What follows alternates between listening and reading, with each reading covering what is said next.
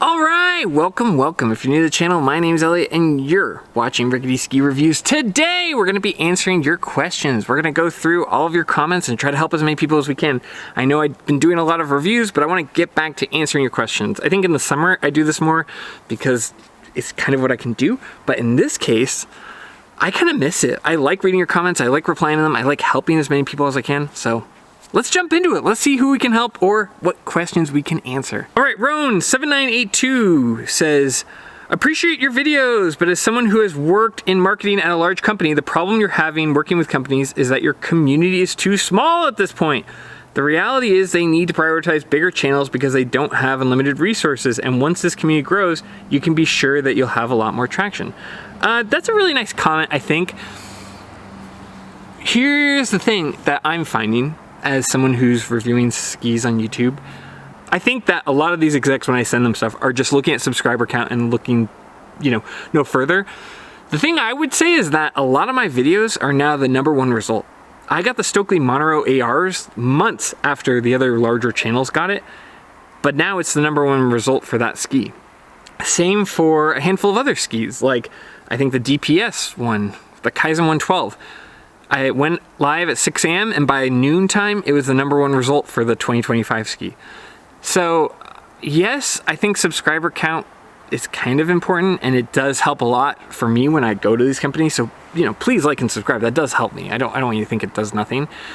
But in my opinion, it's a little bit of a vanity metric, I think, where I see people are like, oh yeah, well this channel's so much better. And it's like, okay, well, sure, maybe my community is smaller, but you guys are so engaged, you're so nice. I see you guys commenting on other people's comments, helping each other out.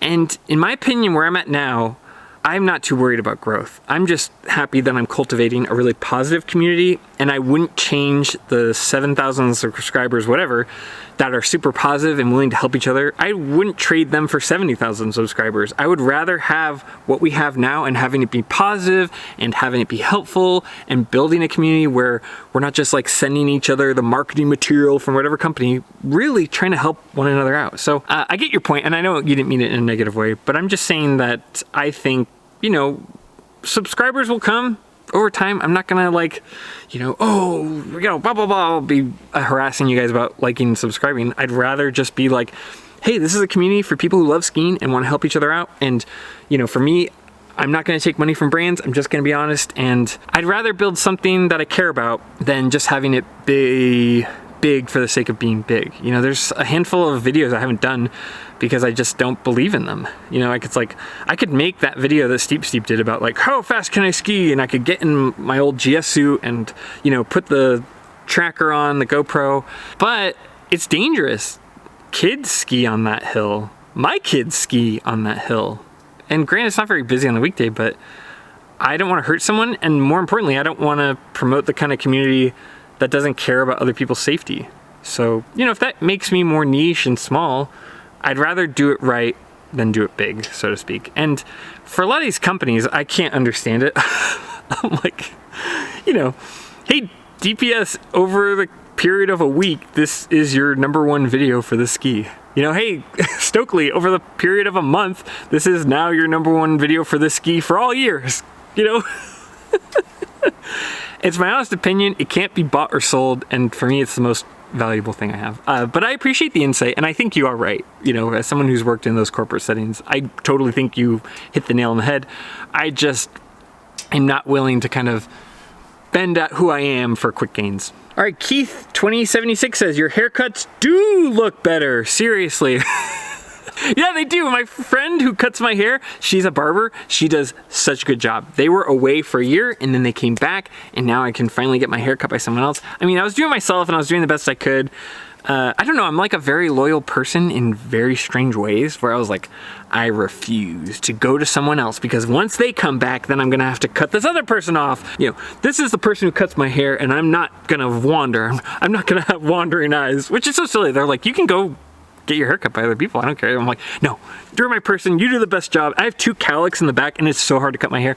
Yeah, they do a phenomenal job. I also want you to know, Keith, I screenshotted your message and sent it to them and they thought it was really funny and they appreciated the compliment. So yeah, my barber is back in town and I no longer have to cut my own hair.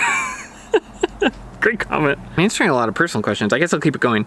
Sokolva says, oh hey, fellow creative writing major, do you write novels, short stories, or poetry? I don't really write anything anymore. I mean, I write notes about skis on my phone. That's about it. But during college, I specialized in creative writing, and in that area, my specialty was poetry, specifically like some of my favorite poets are like Henry Wadsworth Longfellow, and then I had a minor in history. But, you know, also...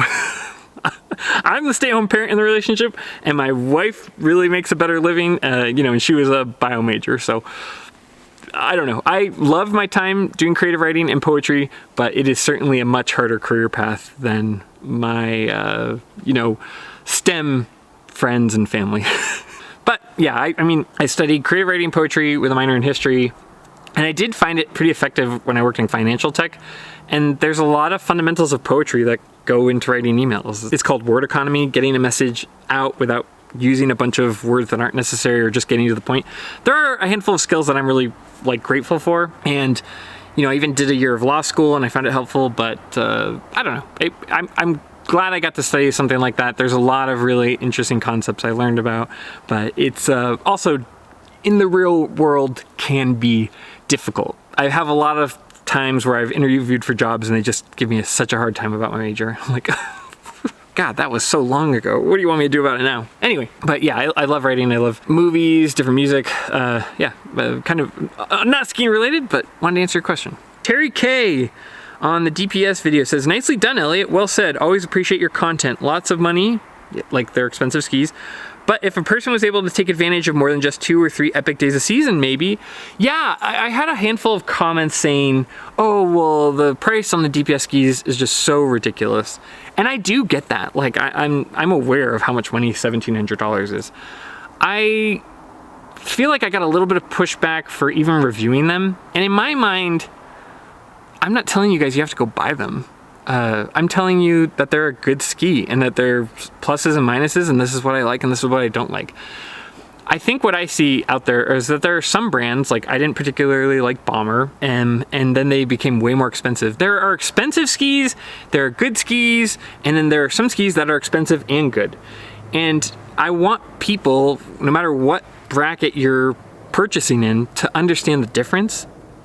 You know, a ski can be expensive, but it can also be good or bad, and I think everybody, no matter what you're looking for, wants to know what's good and what's not. And anyway, it's important to me to be able to help people of all ranges, right? Even if a ski is more budget friendly, I want to help you know if it's good or bad and if it's worth your hard-earned money. In that case, if you get a lot of days on it, I do kind of think it's worth it. But versus some other skis where it's just some art house ski or some premium Ferrari brand over another ski, it's like, no, you know, just buy it from the original maker. I get that it's a sensitive subject, and I'm certainly not out here spending $1,800 on skis, but I think everybody should know whether or not a ski is high quality or not, or what they're actually getting for their hard-earned money. You know, you look at things like mountain bikes. Okay, there are mountain bikes out there that are $8,000, $9,000, $10,000. Does that mean that no one would benefit from the review if it's good or bad? In no way is me endorsing a DPS ski that I like putting someone else down. I get it. You know, I had just Atomic Vantages for years, and that was my powder and daily driver. You know, I've got kids. I spent years where I just didn't even ski at all because the idea of buying a pass for $8,000, $9,000, $1,000 in Vermont was untenable for us back then. So, you know, I'm not trying to hate on it. I get why people are sensitive to it, but I want to help everyone. And all I care about is, does a ski perform well or not? And I want to share that with you guys so that we have full transparency, because so many of these expensive brands, oh, well, there's just all these people talking about, oh, well, you know, it's like, I want to help create transparency for people who are buying products.